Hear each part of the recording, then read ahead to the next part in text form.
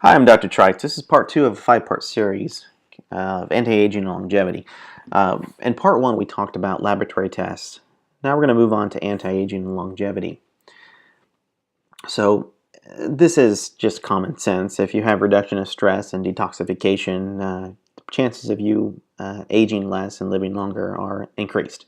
Things that you know about smoking, alcohol ingestion, environment, prescriptions, what you eat, even how you think, are things that create stress and detoxification. This is all a barrier system. The brain, the skin, and the lungs, and the digestive system are all barriers. They're all connected. So when you have a barrier system problem, so let's say a kid has asthma, the reality is they have a lot of barrier issues. The lungs have a barrier issue, which has a similar composition to the lungs or the gut. They become distressed as well. And give it time, the brain can become distressed. Well, let's look at football players. If they hit their head enough, the brain is obviously going to become distressed, which will cause a gut distress. At some point, possibly they might have a cough or inability to fight off infections that might be respiratory. So you can see the barrier system is all connected. So this is when I'm going to talk about functional medicine. It just means how you function. This does not mean you have a life-threatening disease, but it could be a chronic disease. It could be a pain condition. It could be you're just not feeling like yourself. Or, in a lot of cases that walk into my office, they've been to every doctor they thought they could get to without answers, and they're still just sick and tired of being sick and tired. Functional medicine is the application of a detailed history, so if you've ever seen my intake form, it takes a while to get to the how, when, where, what, and why you are seeking help. These things can contribute to a condition or a disease. It could be genetic. It could be your lifestyle. It could be a food allergy. It could be environmental, many other things. A functional medicine physician will provide a complete physical exam, not just look at you. They actually will touch you, do the things that we've talked about in part one, and do neurological testing and, when necessary, blood tests. In my practice, I choose to go a little bit beyond the typical functional medicine doctor because for the most part, they want you to change your diet, alter your medication, exercise more. That's kind of a standard. You know what you're getting into. But I like to take your treatment a little bit further. I want to access your condition to see if it's structural in nature, because if we can address the structure, such as a muscle or ligament, we can affect function, which could be a chemical. But then you could also have a chemical issue, an electrical issue, an organic issue, and even stress related, or a combination of any of these. I mean, I don't know of anybody that's walked in the door that hasn't been a combination of all those. We don't necessarily address them all because that's not what they want, but I might have to do a little bit here and a little bit there to make what they walked in the door a success. Each person is different. We do not get the same thing on everybody, and any doctor that does is not looking at that person, especially the way that I do. And each treatment is not the same as a previous visit. We do monitor things to see if there's any type of change, but we do not do the same thing for any visit.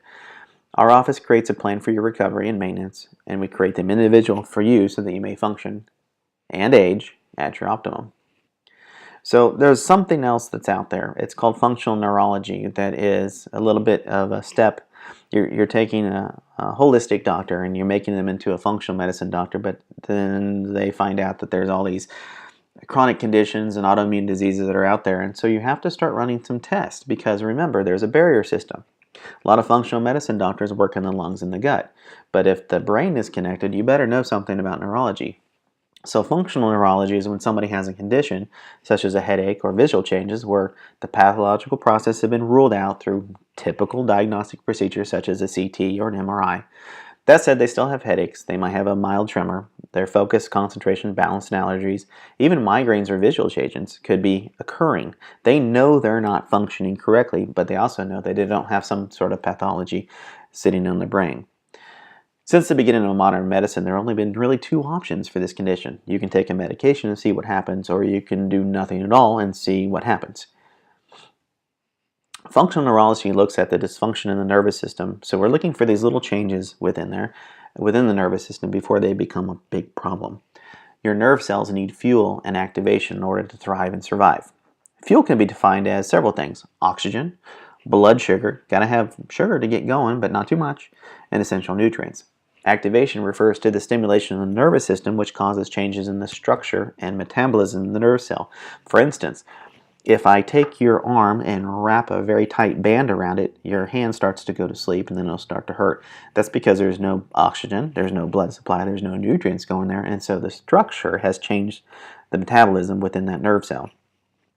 More recently, functional neurology practitioners are also involved with eliminating possible negative effects of toxins, infectious agents, and immune responses, because a lot of these neurological processes, especially as humans age, that might be considered Alzheimer's or Parkinson's or dementia, have an immune response to the brain. Even something as common and rampant in the United States as diabetes has an immune response to the brain. So there are 4 factors of high importance that functional neurology take a look at and care for. Number 1, determining when the failure of the nervous system and the body lies. Number 2, what would be the right stimulation to activate that area. And that's why we do muscle correction and joint movement within the office, because if you stimulate that area, it tells the part of the brain what to work and what to fix. What health and condition of the failing area, so as to determine how much stimulation would be too much, because there's such a thing called overstimulation. Adapting this vital information in order to apply the precise amount of stimulation to the person sitting before us. So here's a little list of health conditions that you get significant improvement with when you're doing functional neurology. With balance, you can have arm and shoulder pain, low back pain. We can go on and on through this, but I'm just giving you an idea why you have to step away sometimes from functional neurology or functional medicine and do functional neurology. When it comes to anti-aging longevity, one of the number one things is this thing called glycation. And what that is, the binding of a protein or fat molecule with a sugar molecule, and this impairs your function. So I can explain this. Let's say you have some sort of egg that you've cooked on the stove, and all of a sudden you want to brown the egg, or you're making some sort of pastry with it. You're going to put some sugar in it, and it's going to brown. Browning is glycation. And one of the tests we run in diabetes is called an A1C. It's just one of the glycation end products. The higher the number, the worse things are. So, and they're called advanced glycation end products, or AGEs. Why? They age you. So the higher the AGEs are in the body, you get retinal dysfunction, cardiovascular disease, type 2 diabetes, and many other age-related chronic diseases. And I'm going to step away for just 1 minute. There are glycation processes that create Parkinson's, and if you read the literature enough, you'll see that Alzheimer's is now called type 3 diabetes in the literature. Also part of those AGEs. So food manufacturers, of course, add AGEs to foods, especially in the last 50 years, because they're flavor enhancers. Their color, they look better. Foods with significant browning, caramelization, or directly added can be exceptionally high, and that means they are pro-inflammatory and disease-initiating compounds.